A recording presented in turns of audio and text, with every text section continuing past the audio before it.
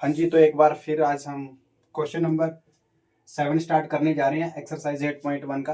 Exam के according very very most important question है ये, तो सभी ने ध्यान से समझना है। आपको दिया है if cot theta is equal to 7/8। Evaluate करना आपने part 1 plus sine theta into 1 minus sine theta upon 1 plus cos theta into 1 minus cos theta, and second part में आपने कोट स्क्वायर थीटा निकालना है। तो ऐसे क्वेश्चंस में देखो प्यारे बच्चों, क्या करना आपने, सबसे पहले आपने हमें तीन की तीन साइड निकालनी है जो आपकी राइट एंगल ट्रायंगल्स की साइड होती है। देखो सबसे पहले हम एक राइट एंगल ट्रायंगल बनाएंगे, ठीक है। यहाँ पे हम ए थीटा, यहाँ पे ए एंगल लेंगे और यहाँ पे बी और यहाँ पे सी, ठीक है। और लेट कर लेता हूं मैं कि जो मेरा जो थीटा एंगल है वो किसके इक्वल है, ए के, ठीक है। तो यहाँ पे मेंशन कर देते हैं हम थीटा को, यहाँ पे थीटा है, ये लो, ठीक है। तो प्यारे बच्चों क्या करना है आपने, सबसे पहले आप देखते हैं कि आपको कौन सी वैल्यू दी है, यानी कि आपको परपेंडिकुलर दिया है, ये परपेंडिकुलर है हमारा, ये हमारा बेस है जिसको आधार बोलते हैं, और ये मेरा हाइपोटेन्यूज है जिसको हम कर्ण बोलते हैं हिंदी में। ये कर्ण है हमारा, ये आधार है, और ये हमारा क्या है, लंब, ठीक है। तो अकॉर्डिंग टू क्वेश्चन सबसे पहले हम ये चेक करते हैं कि क्वेश्चन वाले ने हमें कौन कौन सी वैल्यू दी है और कौन सी वैल्यू हमने फाइंड आउट करनी है। तो देखो यहाँ पे आपको cot theta is equal to 7/8 दिया है। तो मैं आपको बताता हूँ कि कोट थीटा की वैल्यू क्या होती है।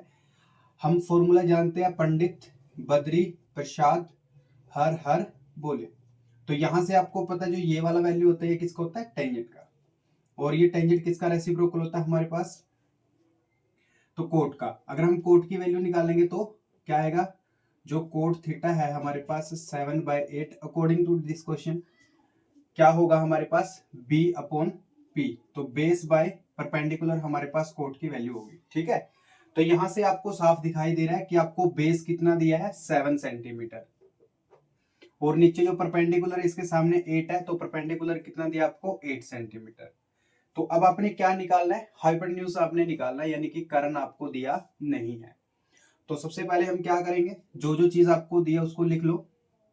आपको बेस गिवन है, यानी कि लंब आधार, सॉरी, यहाँ पे आधार दिया आपको 7 सेंटीमीटर, और जो परपेंडिकुलर है यानी कि जो लंब है वो दिया है आपको 8 सेंटीमीटर, और आपने हाइपोटेन्यूज निकालना है, ठीक है, यानी कि कर्ण आपने फाइंड आउट करना है, वो उसके आगे क्वेश्चन मार्क।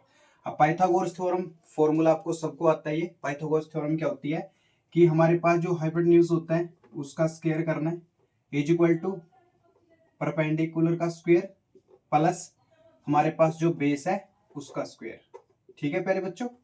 तो ये हम काफी क्वेश्चंस में फॉर्मूला अप्लाई कर चुके हैं। तो यहाँ पे हाइपोटेन्यूज हमने निकालना है। हाइपोटेन्यूज निकालने के लिए ऐसी चीज रखेंगे, परपेंडिकुलर क्या है हमारा, 8 है, तो 8 का स्क्वायर करेंगे, और ये हमारा 7 है तो 7 का स्क्वायर करेंगे। 8 का स्क्वायर 64 होता है और 7 का 49, इनको प्लस करेंगे 113 आएगा। तो ये जो हाइपोटेन्यूज का जो स्क्वायर था यहाँ पे, ठीक है जी, ये वाला, तो उधर जाके क्या हो जाएगा, अंडर रूट हो जाएगा। तो हमारे पास हाइपोटेन्यूज कितना आएगा, 113 अंडर रूट, ठीक है। ये किसी का अंडर रूट नहीं होता, तो हमारे पास जो हाइपोटेन्यूज आया वो 113 का अंडर रूट आया, ठीक है प्यारे बच्चों। अब हमारे पास तीन की तीन साइड है, देखो बेस भी है हमारे पास, परपेंडिकुलर भी है, और हाइपोटेन्यूज भी है, ठीक है, यानी कि लंब आधार और कर्ण, तीन की तीन साइड हमारे पास ट्रायंगल की है। अब हमने करना क्या है, फर्स्ट पार्ट स्टार्ट करना है। फर्स्ट पार्ट को सोल्व करने के लिए क्या दिया, पहले देखो 1 plus sine theta into 1 minus sine theta upon 1 plus cos theta into 1 minus cos theta.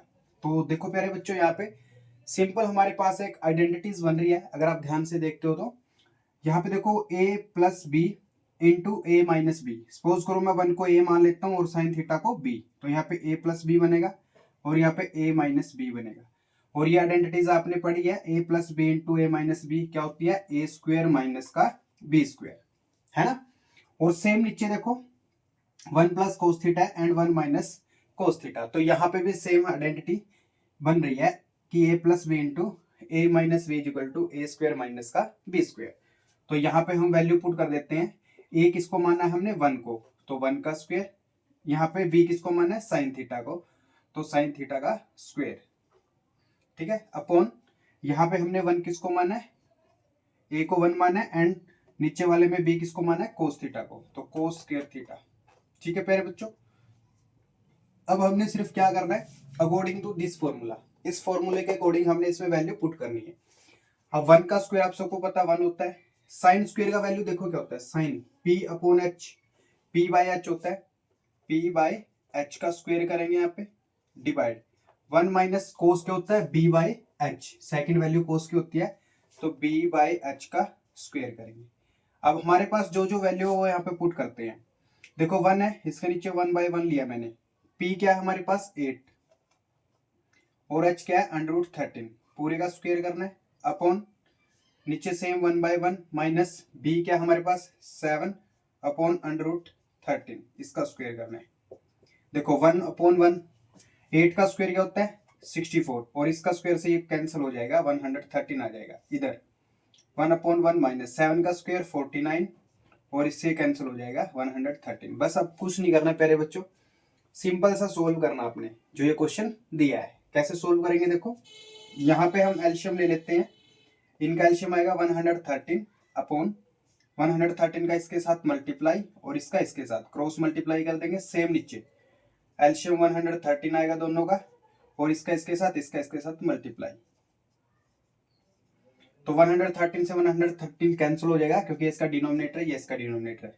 तो यहाँ पे प्यारे बच्चों हमारी क्या वैल्यूज आती है, देखो यहाँ पे 113 में से 64 माइनस करेंगे तो क्या आएगा 49, और यहाँ से इसको माइनस करेंगे तो 64, तो ये वाला हमारा क्या आ जाएगा, आंसर आ जाएगा।